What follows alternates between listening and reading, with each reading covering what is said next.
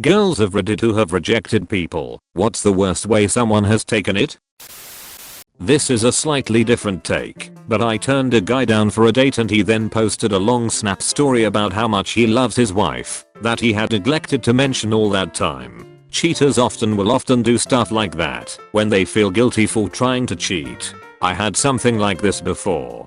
Older guy I was working a film festival with, at the opening night he said something along the lines of there's something between us. When I ignored it, he started loudly repeating how he wished he'd brought his girlfriend, clearly trying to save face. Called me an ugly whore, and said no one would ever want to fuck me. He didn't like when I asked how I could both be unfuckable and a whore. I had actually heard of a lot of people doing this before, but I'd never had it happen to me, and when it did it was completely devastating. He told me I had to go out with him, or he would kill himself. He then said goodbye, very convincingly and emotionally, and turned his phone off/stopped picking up or answering any texts. I knew him from when we went to high school together, and so I actually had his best mates and his dad's phone numbers. I phoned them and sent the screenshots of the messages to them, absolutely hysterical and worrying that he was in a gutter somewhere. However, it was very quickly fucking discovered by his livid father that he was actually round a mate smoking weed, and he thought that this would at least get him a pity shag. What a complete and utter twat. When I broke up with my first boyfriend, I was with him for 2.5 years. He went crazy, threatened to kill himself, locked himself in the bathroom, etc. I had his mum calling me every night for a week saying he'd swallowed a load of sleeping pills or locked himself in the bathroom with razor blades, etc. She had the cheek to blame it all on me. Thankfully my mum set them both straight, and the only time I saw/heard from him again was about a year later when he came to the pub I went to every weekend with his new girlfriend to try and make me jealous. Then got jealous when I was talking to a friend who looks like a Viking. Quite pathetic really. We went on one date and I declined a second. A couple of days after that he called me and told me what I had been wearing that day. This went on for a couple of months. I'd literally never see him, but at least 3 times a week he'd know exactly what I wore.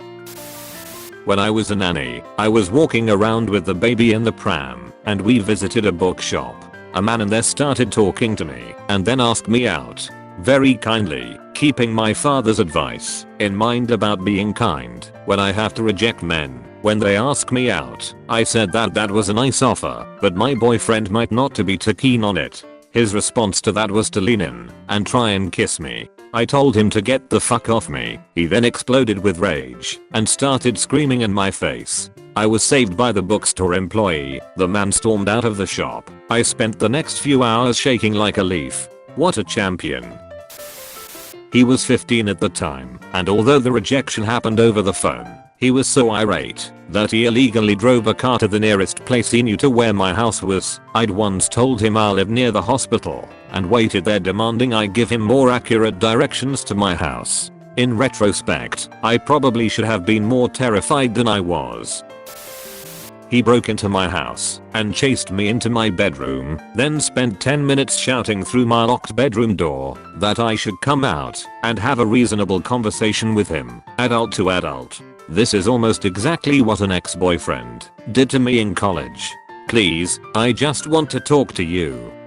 After smashing my bedroom window open in the middle of the night and trying to crawl through it. Fuck no. He shoved me into a wall and busted my head open. I was taking a break at work behind the building listening to music and enjoying the breeze, and coworker I constantly tried to avoid because he was a creep started asking me out. I'd already been irritated because of shitty customers and the overbearing heat inside, so instead of the usual brush off reply, I snapped at him and made it clear I was in no way interested, had a boyfriend whom I loved, and that he needed to get the fuck out of my personal space. I went to walk away and he grabbed my arm to twist me around trying to back me against the wall, and when I managed to finally rip my arm away and press him back to get him off me, he got pissed, shoved me. Back of my head hit the wall, split open about 1.5 inches, bled a lot, had to get about 7 stitches. He got fired and also arrested for assault. He tried to say I had hit him first, but luckily there was a camera around back that caught the whole thing. In high school I turned a guy down, so he went around spreading rumors that he tried to fuck me, but my vagina was deformed and practically closed up. He spent the rest of the year talking shit about how nasty I was, unclean, unshaven, etc. Sometime about 5 years ago, he tried to add me on Facebook, and I blocked him. Fuck that guy. I spent months trying to convince people I knew how to wash my asshole. I turned down a guy that was known for being the popular guy, and I thought he was a bit of a dickhead. When he tried to kiss me, I turned my head the other way, said I wasn't interested and walked off. He grabbed my hand, spat in my face, and said I missed the best opportunity in my life and the only reason he tried to kiss me was because he pitied me. I'd gone out with a guy once that I'd met through a dating site, and we just didn't click. I told him exactly that, was very respectful of his feelings, and wished him the best. He was not receptive at all. He called me a whore, told me that he was going to find where I lived, and push me into oncoming traffic. Really awful things. He wouldn't stop texting me horrible stuff about how I was a gigantic bitch, a total C** NT for leading him on, and that he hoped that someone raped me. I blocked his number, which thankfully stopped the messages, reported him onto the dating app, and thankfully never heard from him again. It was legit one of the scariest frigging things. Dude was unhinged. Guy asked me out during an Uber pool ride. I told him I wasn't interested, and he started moving closer and asking me why I wasn't interested and what was wrong with him. It was uncomfortable to say the least. My Uber driver, for some reason, thought it was hilarious to see me pressed against the door to try and get away from this random guy invading my personal space. Thankfully no one has threatened my life. He sent me an email with a 3-page essay attached. It was written entirely in third person, recounting his first rejection by a girl named Tania at the age of 16. There were a lot of solitary beach walks, she's the perfect girl talk, him not talking no for answer, and the story eventually ends with him drinking antifreeze, slipping into a coma, hospitalized and eventually recuperating, only to tell poor Tania that she could avoided his and his parents' pain by agreeing to date him. The email said, "So you know what you are getting into." I was 19 and did not see this extreme level of crazy coming, but knew I needed to really make how I felt clear. I immediately called him to reiterate that I do not want to be with him. I no longer want to be friends with him, and if he contacted me again I would change my number.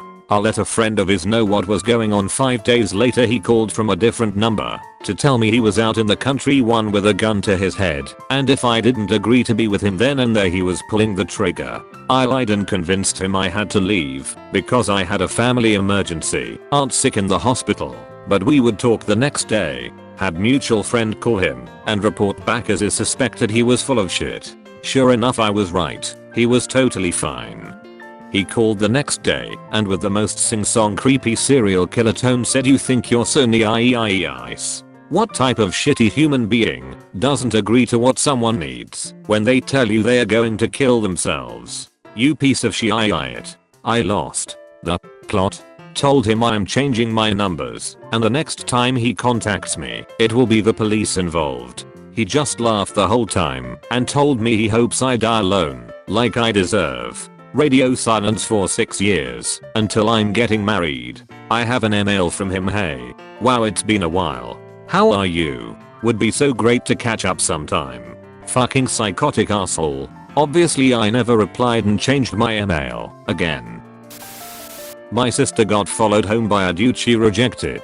He went up to the house and started talking to her kids and telling them he was their new dad. Luckily, real dad came out in his police attire. Put a real quick end to that. Edit. Want to clear up some confusion.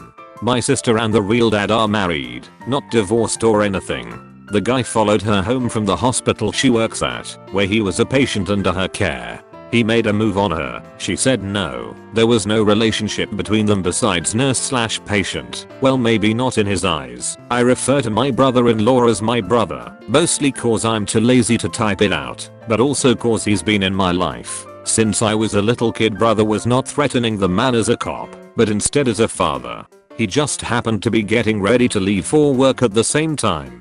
The guy ended up getting transferred to another hospital to be closer to his family after complications from overdosing.